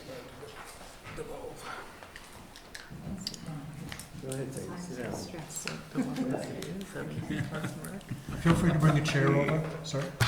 Feel free to bring a chair over. This is the deed right here. Our family's been living in Winooski for over almost 100 years. It's true. My daughter is 5th generation. person here. I don't know if any of you have lived here that long or have ancestors or family that has lived here that long. Chris here on the end has been living on Hood Street for 60 years. In that same house. In the same house. We've been living on Hood Street since 1962, and those trees that he's referring to were planted in 1962. And if you look at where the stakes are, and there's other things on the blueprint, you can see where the stakes are as well. And where Norman 5 feet Court is. from the front of their house is where their property ends. So where all those cars are parked is not his land, it's our land. And we've been paying taxes And we've been on paying that. taxes, we pay $17,000 a year, $18,000 a year in taxes to the city of Winooski. Gladly, we love our home, we love our land, we love the place that we're living in, but honestly, I mean, I was trying to think if there's some way that we could help the two of them, but it looks like the only way is, he says we have to cut down our trees to widen our driveway. So can you just orient us, which Okay, so- property are you on this survey? that Okay, you We're pointed so- out? 26 Hood Street. We're 26 Hood, but we That's the- also own 157 East Spring. So the big one is 20. And then Chris owns 16 Hood Street. And Chris Savard, Chris you see Savard, his okay. name? And then Sadie Corey, Gary Reitman's my husband over there. And Okay. so, but we also own 157 East Spring. That's the apartment, the duplex you were saying, it's up and down. It's at the end of Norman Court. Okay. So, Okay. Kevin, we're talking about, so here's 159 Yep. East Spring. We're talking about this property here. That's Yep. correct. This large property here, Mm. that's Yep. 16, or sorry, that's 26 Hood, and then 26. 16 Hood here. That's Okay. correct. So basically, the surrounding properties minus Minus that one, okay. And Wonder so where that one is. there's been an awful issue with parking. You know, I'm sorry to bring it up again, but it's like everyone's been complaining, and people are late for work because these people that are now living, it's not their fault, but they're now living in that whatever you call it, I don't even know, one-family dwelling. It's a very small place, and they set up 4 parking spaces, which wasn't even part of that whole issue, wasn't part of that dwelling. I mean, it's a very tiny house, and they've got 4 spaces, you know? It's a single-family dwelling. And I guess so, but they have 4 spots that are there now, and he would like to add on 2 more spots to the same issue, the same location. And we're having right now, the people that what happened is, the house on the end was on our land, and so we consequently bought it so that we could make sure that everything's done right. When you're not owner occupied, you have a huge mess. So we bought it, we got it, the entire inside, we redid it, it's beautiful on the inside, and so we rented it to nice people. And my brother, he sold his home in South Burlington, and I wanted him to come move with us at the house. He goes, no, we need our own. I said, okay, but the apartment's beautiful. So he moved in, he and his wife downstairs, very quiet. Both of them are very busy people, and I rented the upstairs to a professor. She teaches in SUNY in New York State, and so Plattsburgh, and she's, you know, very quiet. I just rented it to her. Maybe she's been there 3 months, and she said she complains about, she can't, sometimes she's late for work. She's, you know, she calls me and says, Sadie, they block the whole driveway. These cars stick out. They don't even consider, and it's not their fault. I'm not saying it is. But it's just a parking lot, Okay, a parking issue. okay, go to where the, And so if you see where the driveway is, you know, the pins, you can see where the pins are. And so I asked our survey, the guy, Stuart Morrill, I asked him if he could come and restake them, just so we could see where the lines are. And they're really, I don't know if he had a chance to go see them, but they're right in, you know, they're so close to where you're thinking of building. I mean, they're not even feet away. I had him come, he came on Tuesday and did that. And so, I don't know where you got your survey from, or whoever, when they said that you can build this. Sure. So let me just ask one question. We kind of let this all play out, and then we let you come back. So what I think I'm hearing is that there is a dispute, at least from your perspective, as to where the property boundaries of the applicant's property are. Did I hear you say that some of the cars are parked over the line onto your property? Yeah, All of them are, all of them. If you look at where those stakes are put, You can road, see, you go you see parallel that, to do that. you see the photo where Yeah. the stakes are? Yeah. I mean, that's Okay. what he just came and he did for us, you know? And so that cut, it goes all the way straight. So you can imagine, look where the driveway is. My husband's standing on it, way on the other side. And you can see where the stake is. It goes straight across. I mean, it's almost right in front of their door. Is this survey recorded in the land records? It is, it's mallard. It is. Mallard? Is that what it means when it's mallard? And initially, the 157 East Spring Street, half of that house was built on our property. Yeah, And then half of 159 was built on 157's property. I know. So by virtue of us purchasing That- 157, we also, half of our property line goes through half of into their house. Not And maybe, you can look maybe a that up in quarter the of deed it. also. Yeah, it is. According to this map right here, who set these boundary lines on So the lot it's- lines? I don't know that. This is a tricky question because what you're seeing is basically a visual representation of some property boundaries that have been digitized over the years by folks that the city has consulted with to do those property boundaries based off of whatever records they have available, and overlaying them onto the aerial isn't necessarily an exact match. So there's really no way. This is not a good representation of conditions on the ground, I guess is the way I would put it. Okay, Or it's close, but it's not survey quality. okay. But can I ask you, ours was mallard? Doesn't that mean it's recorded in the city? What does mallard mean? I mean, I just heard that that's what we paid for. It was mallard or mallard? Mylar? Mylar, yes. If it depends. The copy that you have that you provided does not have the recording the recording box indicating what page and slide the survey is recorded on, but that's not to say it's not recorded here at the city. That's something we can look into. Well, that's where originally we got it from the Yeah, we city did. many years ago. And this was just a copy of, that he gave to us, just to have, that we would have one in our home. So this was done in May 2005. Did you commission this survey or did someone else? No, we did, our family. I do notice, I pointed out to Doug here, note 5 says that Norman Court has an unidentified right-of-way width. See? And that's when he was saying, there was only one person that was given the right-of-way, only one person on that. And I believe that it was Mr. LaValle. He lived down He lived further, in the ones, closer to East Spring. the one that, yeah, The house that's down over the hill not sure that the they were address. talking about. He was the only person that it was given to. It looks like it's been expanded. That same note says that the 3 properties south of the court have the right-of-way.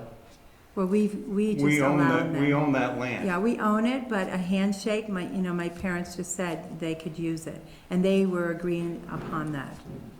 This has deed references in it. The right-of-way is referenced in their deeds. I don't know. That's all I remember is growing up knowing that. So what's your view on the, irrespective of, or I guess we should relate it to the application, but what's your view on the fire department's concern about the width of the driveway, right-of-way, Norman Court, whatever? Well, can I ask you, because we built the 157, it's probably almost, I don't even know, 10 years maybe now, and no one has ever said a word to us about footage, yard, any of that. So I would like to understand, I mean, it's not that old, the 157, maybe 8 years old that we did this? And there was an existing home there for There probably was. 60 or 70 years. Mhm. And those hedges have been there since 1962. When you built the new place, nobody said anything about fire That's what I trucks. mean. Right. Nobody, Taking anything and I from just built my it. side or Right. taking anything from her side. That's why I'm confused by all this. Yeah, I mean, this it's is really ridiculous. hard when And you this is grew. new to us too. So. I know, when you grow up in a community you love your community, you feel safe there, and then for everybody new people to come in and say, well, we're gonna do this, whether we accept it or, I mean, it's just not right. I felt bad for those people sitting there. It's just, I mean, I don't understand why this is the way it is, but I only know that we do own, if you look at our deed, that, I just saw it myself, and I took photos with my phone if you want to see the other side of it, so that you can see it goes directly down from where that car is, straight down, and it goes, I don't even know how many feet.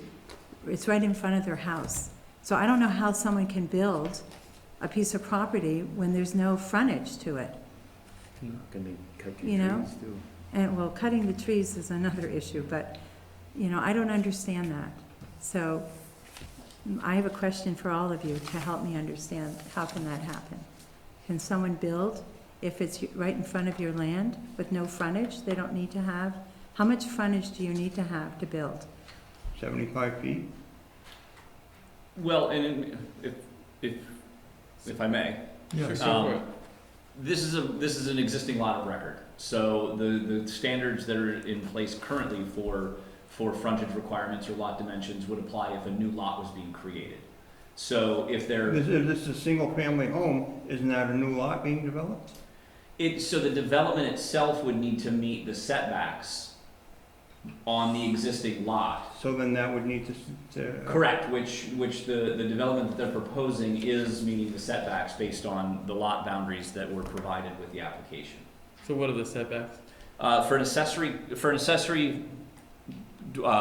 structure, in essence, is what the detached cottage would be. Mhm. It's 5-foot rear yard and I believe a 5-foot side yard for this district.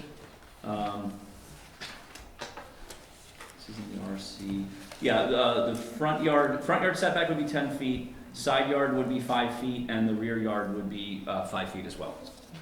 So I think what I'm hearing these folks saying is they've got conflicting, contradictory evidence to show different boundary lines, which may not only suggest that some of the existing use is on their land, but also may throw a kink in the setback analysis. Potentially. Yeah, so It is. talk about what to It do is what when it that is. happens.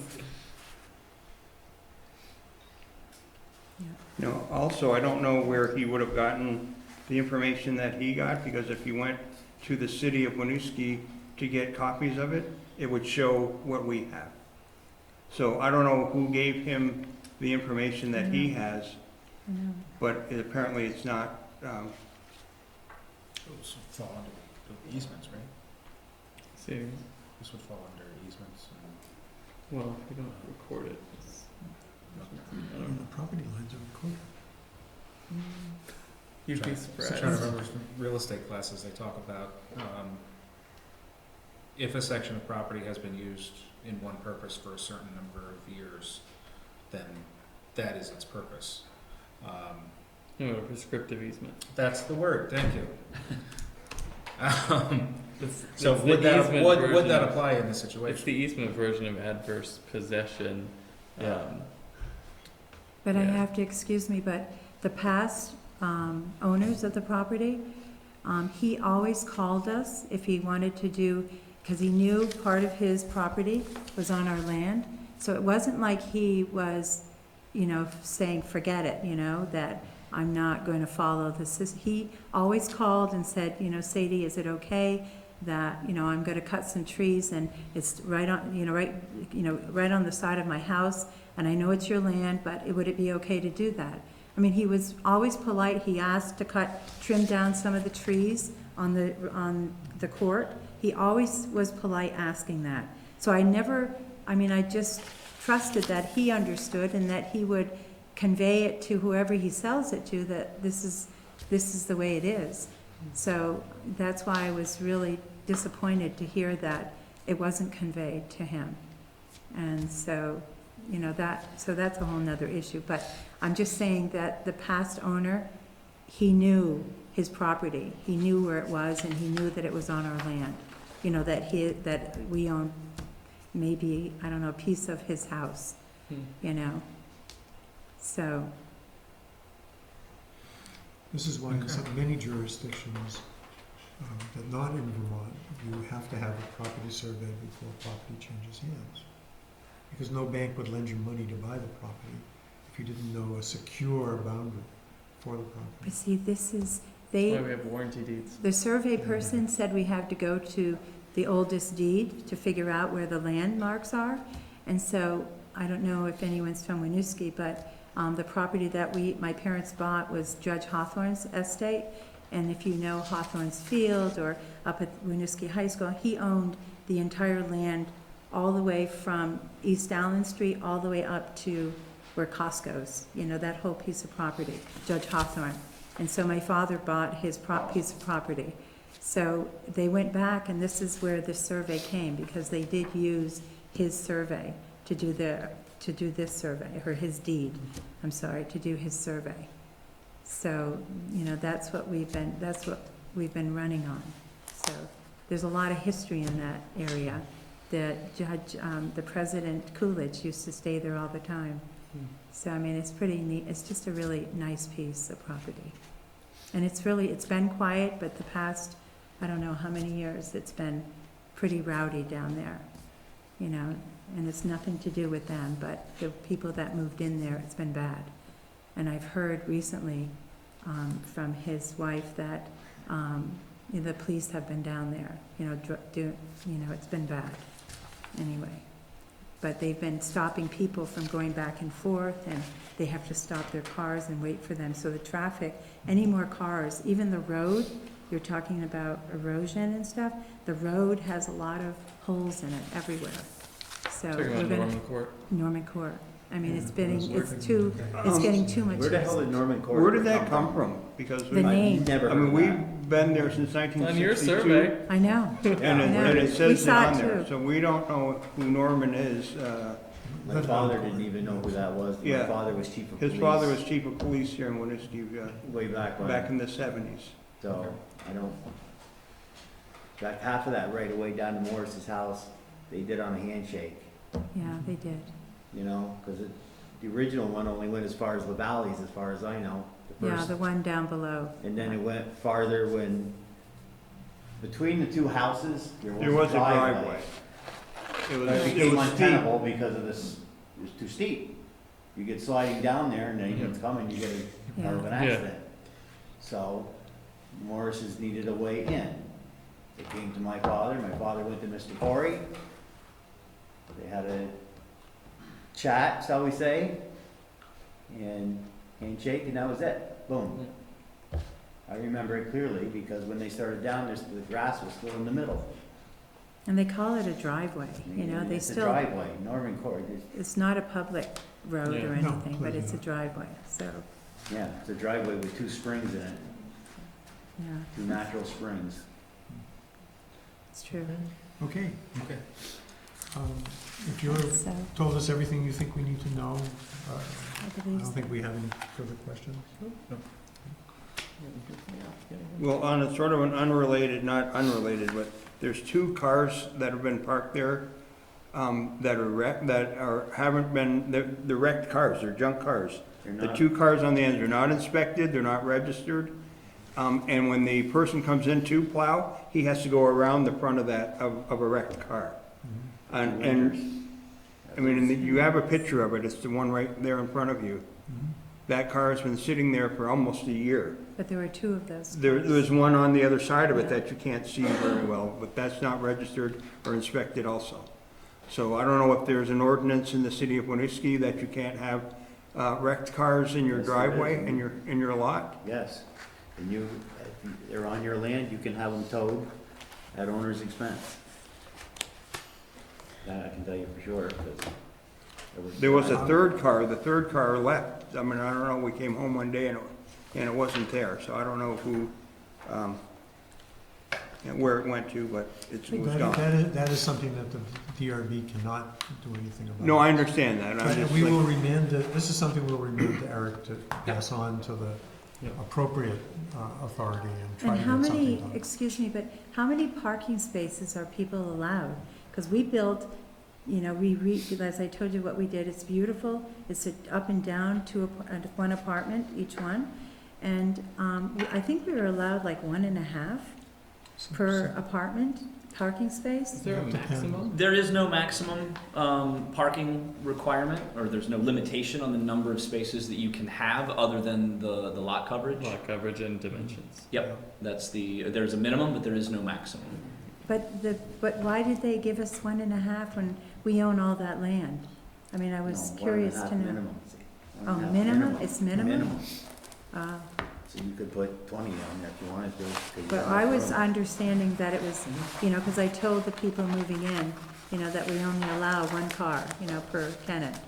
And so, I mean, it worked out okay because we, you know, like there's 2 apartments and there's like 1.5 of a car.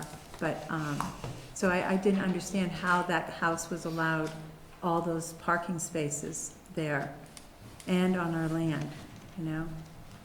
Well, I mean, these are issues that we can't provide an answer to, I'm sorry to say, but to the extent that we can do something about it through Eric and so on, we will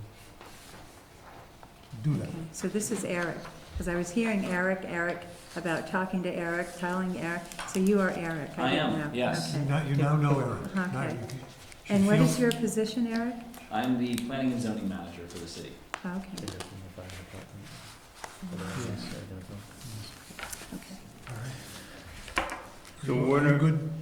Do we hear Are you back from good? anybody? I just, a couple of things, all the records were taken from the city, essentially.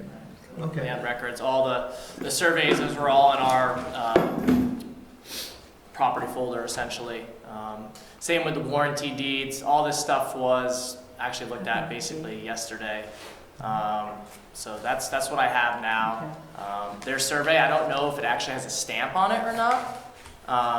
I know we need to have stamps, and just putting stakes in without having a stamped survey is kind of I'll let our fishy at surveyor know best. that. Our surveyor knows that. And furthermore, a lot of the issues relating to tenants and stuff like that, again, 1, have no control over, and 2, if it's the least desirable property on the road, and even if I don't own it and somebody else owns it in the future and continues as a rental, it will attract tenants that are not necessarily what everyone might desire or like. So it's better to renovate your property and make it look nice and get tenants that are suitable for the property, as opposed to leaving it in its current state. And if I left it in its current state, or somebody else buys it and leaves it in its current state, I imagine it will attract the same sort of tenants and same sort of problems.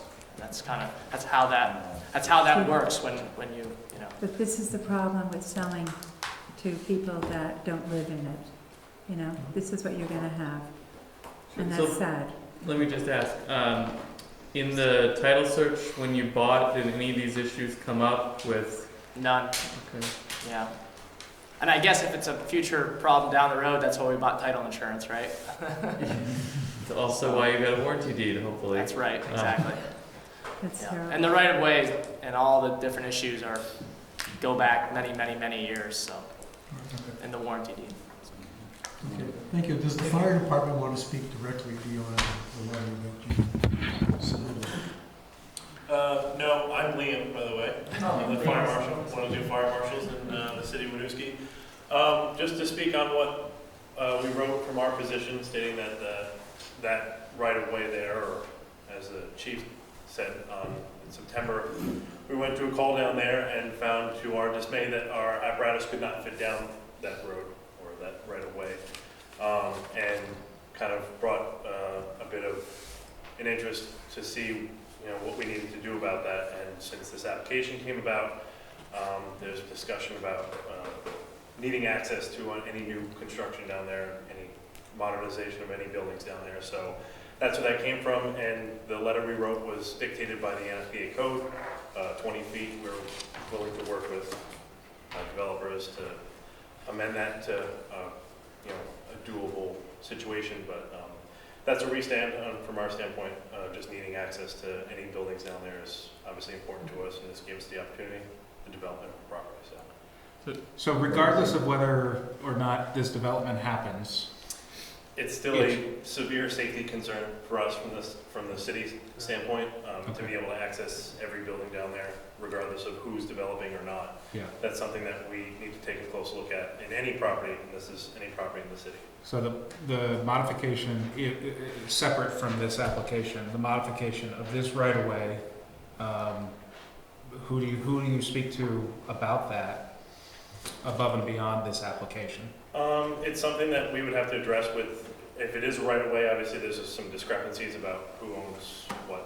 We just would have to discuss with the homeowners whether there's some sort of, something that can be done about some sort of tree trimming or something, just making it feasible for us to get down there. I mean, from the letter that I wrote there, the narrowest portion is 7 feet, and the fire chief and I measured our fire engine, our primary engine, to get down to a building, and it is 9 foot 4 inches at its minimum.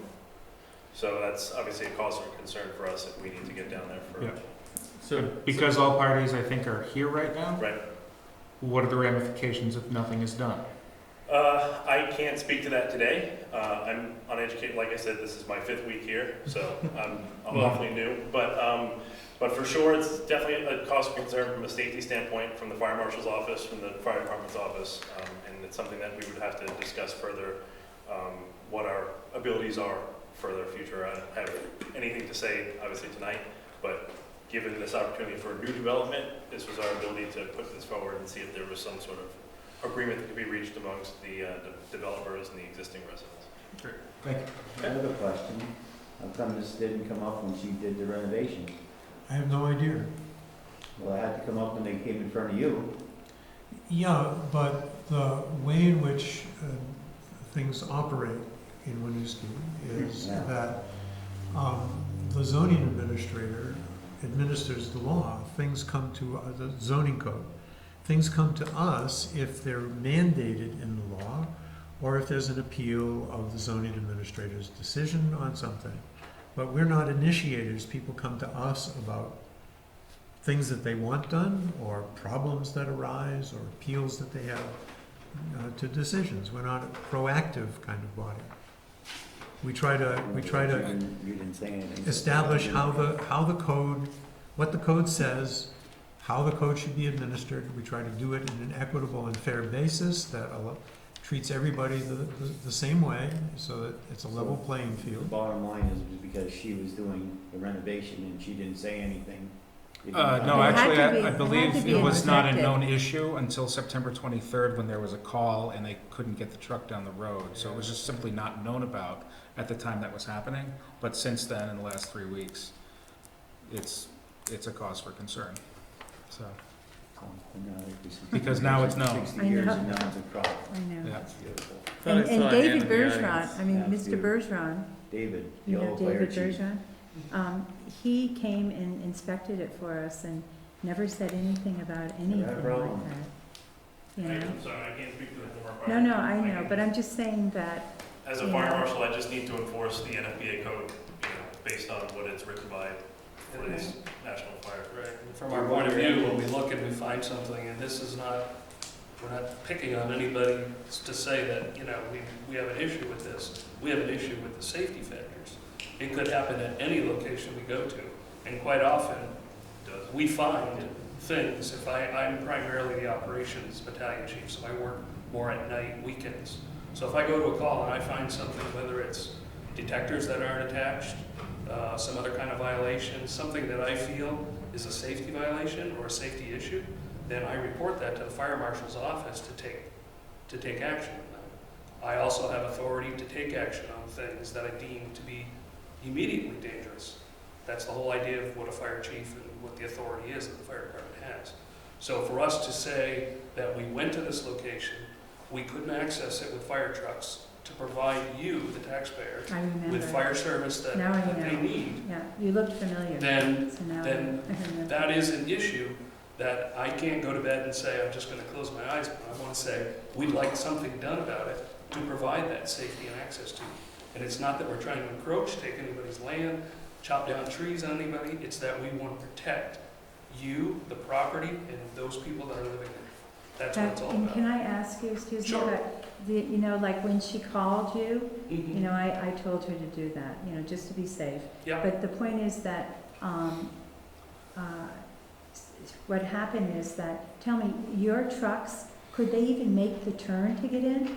I don't even think, Depends on how many cars are there as to whether we could. you see how I Wood went Street is? to your house first, Yes, you because did, that's again, why, I grew up in Winooski. I know, I've lived here for years, I know the Yes. Corys, the Oh, you- kids, okay. and I grew up with Okay, them. So I'm familiar with the city. I find things every now and then that I'm like, hey, I never knew about this. So when I'm looking for that property, I had gotten some information over the radio that the only access to that property is at Hood Street. Okay. And you gave me the number, I think, 16 or Yes. whatever the number to go down.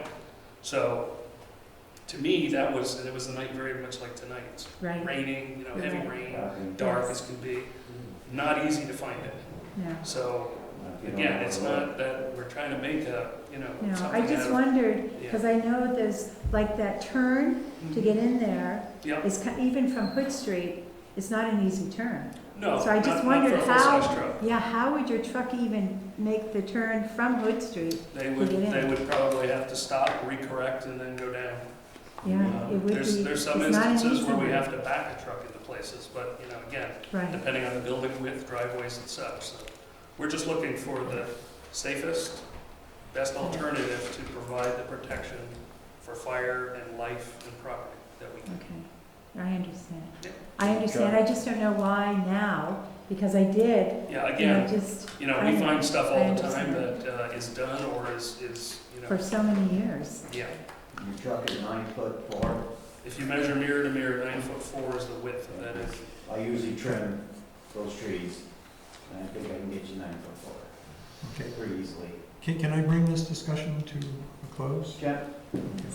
Thank you very, very much Thank you, for thank you very much, bringing Elsa. this to I our appreciate attention. it. I may say just one thing. 30 seconds, 30 seconds. 30 seconds. 29. If we're able to come to an agreement, the fire department and the current landowners, and they're able to, whatever, 10 feet approximately, I'd like to talk to them about that, but it's certainly, can the agreement become... I think the DRB would encourage all of the land stakeholders, all of the people with land along that right of way to get together and try to work out something that is desirable and suitable and equitable and fair to everybody involved. That would be my goal. That I think is the DRB's goal. Thank you.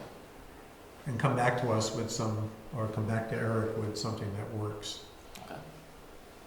Do you need a copy of our deed, of our survey? I don't know, no thanks. Just so you can see. And this may- If I could ask you to kind of Okay. settle any kind of Okay. going forward Thank you, stuff guys. you can Thank you very much. amongst you, and we would like to proceed to the forestry people, our woody people. Oh, I'm sorry. All right, this is Thank you, Five Guys. This is a request for a waiver at 18 Forest Street to a side yard setback. In your packet is the application for the development that's being proposed, and also for the expansion that's being proposed. There's also a letter included in the agenda packet that discusses the waiver request. Could we ask you to step out, ladies and gentlemen, outside the room, please? Thank you. Doug. You're gonna get your gavel. No gavel this time. Bring it up at next city council, asking them to commission one. I know it, I should get your gavel. I think it's actually in the closet, quite frankly. But so included in the agenda packet is a letter with the waiver request. This is a pre-existing non-conforming lot. The dimensions of the lot are quite small. There's a letter, like I mentioned, on the request for the waiver, and then also a memo from me to you all outlining the dimensional waiver standards that are outlined in our regulations. So the property owners are here and the applicant representative as well. So I'll turn it over to them. So we're talking to Emily Morris? Yes. Okay. So I work for Lewis Creek Company. We're the design build firm that's hired to develop this project. So basically, there's an existing, I would almost call it a 3-season mudroom entry shed on the back of this house. And we are proposing a replacement of this that is extended further into the back of the yard, but conforms with the existing non-conforming setback, which is at the top side of the lot here. It is currently 8'6" from the property. We don't want to move it any closer to that fence. We want to keep it in the same spot, but extend it further into the backyard. Okay. So we're in violation of that 10-foot minimum setback. Okay. Yeah, as the property stands, the setback is being encroached upon currently. Because they are proposing to expand that mudroom to the back of the property and not get any closer, it does technically increase the level of nonconformity, which is why they need the waiver. So even though they're not changing the plane of that wall, it's technically considered an increase in the level of nonconformity. Gotcha. As you face the property, right, with the red porch in front of you, right? This is on the right-hand side of the property? Yes. Not the left-hand side. So I Correct. hadn't read the whole document because my PDF access kind of collapsed, and I stood in the rain looking at it, and it looked, there's also this built on the left side, which I guess is the south side of the property. Correct. And I couldn't remember whether it was the right side or the left side. No, if you're looking at the property, it's the right side. Okay. And, we're moving the other side of the structure closer to the setback, but it is within the minimum 10 feet. I think it ends up being 12 feet on the other side. How much further back are you going? About 5 feet, 5'4", somewhere in there. On the other side, or something, Yeah, this is the side of the property where the encroachment exists currently. So The whole house basically is- back behind. But the whole house is. Yeah. all Yeah, past the basically the setback. whole house is within But the also setback. that little addition on the back is Correct. the setback. Yes, just not as far as the house. Do you know the date for the house? Late 1800s, 1890s. Really? I would have said 1875. It may be, when we had our taxes, when we had that tax appraisal after we purchased it, they gave us the form, but it was handwritten and it was really hard to read. Okay. Sorry, that's completely. Can I just jump in with a pet peeve? I would like maybe Eric to require that we have the setbacks drawn on some site plan, because I think it's a requirement of these submissions. And this was labeled site plan, but it doesn't actually have a site plan in here, and the setbacks aren't shown anywhere. So it makes it difficult to know what we're talking about. Yeah, I thought there were setbacks. Maybe it was a. I have a large copy that has them on it if you want to. You can take this one. This is just a. And maybe that is my fault. I believe Emily did send me, the applicant did send the updated version. Okay, so it's not labeled, that's the, yeah. 2'4". And that's the main house is 2'4". So the addition currently is. Page 2, but that's not on our copy, that dimension even. Right? No, I don't think so. It's the same page, existing, it looks like it's the same page, but it's not. Yeah, when the question of the setback encroachment came up, the applicant did some additional research, and I believe did provide some additional documentation, which I think is what you're looking at, that I believe did not include with your agenda packet. So I apologize for that. That's it. Well, it's just that they're difficult to read. But I think I can hold this in my head. The house is real close and not going to change. The mudroom is 8.5, should be 10, but has existed like that for a long time. Still going to be 8.5, only we're going to have a little more 8.5 because it's going back 5 feet 4 inches. Roughly, yes, correct. I got it. This is a floor plan, yeah. Yeah, so this is the northerly boundary of the property. Yep. So this is where the 8.5 foot basically encroachment is. Existing corner of the house, roughly 2 foot. Existing Bilco door. This wall will just extend back towards the back of the lot on that same plane, roughly 5 feet. And then, I guess I can just go to the next slide. So here it is with the extension coming back. This side is going further to the side property boundary, but there's enough room there that it's not in the setback. So this side is fine. From a setback perspective, it's just this existing northerly boundary. And doesn't it somewhere say that it's the policy that we're trying to reduce the nonconformities in general? But it's in our power to allow that variance? Yes, absolutely, absolutely. It is within your power to grant the waiver request. I believe you can grant up to a 50% reduction without requiring a variance process, which is a more restrictive process. We set it up in two ways. The waiver allows up to the 50%. If you want to go beyond that, then it requires a variance, which you need to meet a 5-part test. You need to meet every part of that test. Generally, projects that are this would be a self-imposed hardship, so it wouldn't meet the variance requirement if they wanted to go the variance route, but they don't need the variance in this case because it's such a small encroachment. The variance is typically where we talk a little more about not increasing or decreasing nonconformities. To my mind, the waiver is set up for pre-existing non-conforming lots that are just really challenging. Yeah. And unless you had a waiver for little things, you really couldn't do anything on them. What is the neighboring property? Is that an apartment building? No. A rental? It's a single-family house. Single-family homes, okay. And they're not here, so I'm assuming We've talked to everything's... them all, and they're all. Nobody cares? Okay. Okay, awesome. You're welcome. Great idea. I have no angry neighbors to deal with tonight, so that's great. First time to Good neighbors. Yeah, they did say they were excited to see it. Excellent, all right. I got no more questions. Is this the actual rug you'll be? No, just kidding.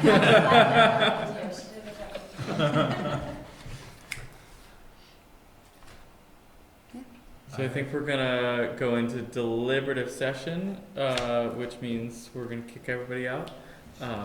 But Close deliberation? Yes. Doug, you said you wanted Yes, to close. I wanted to close deliberation. Yep. About all of the projects. Nope, thank you. Just need to Thank you for waiting all that time. We really We should have done this one appreciate your- first. Yeah. we should have like a contentiousness scale on the agenda. Thank you very much. So I guess at this point, for the camera's sake, we would go into the deliberative session and then close deliberative session and only come out basically to adjourn the meeting. So at this point, we can. So I need a motion to go into Yes. to close deliberative session. So moved. Moved by Mr. Lumpkin. Seconded. By Mr. Basowitz. All in favor? Aye. All opposed? Hearing no opposition or abstentions, so moved, and we are now in closed deliberative session. Okay.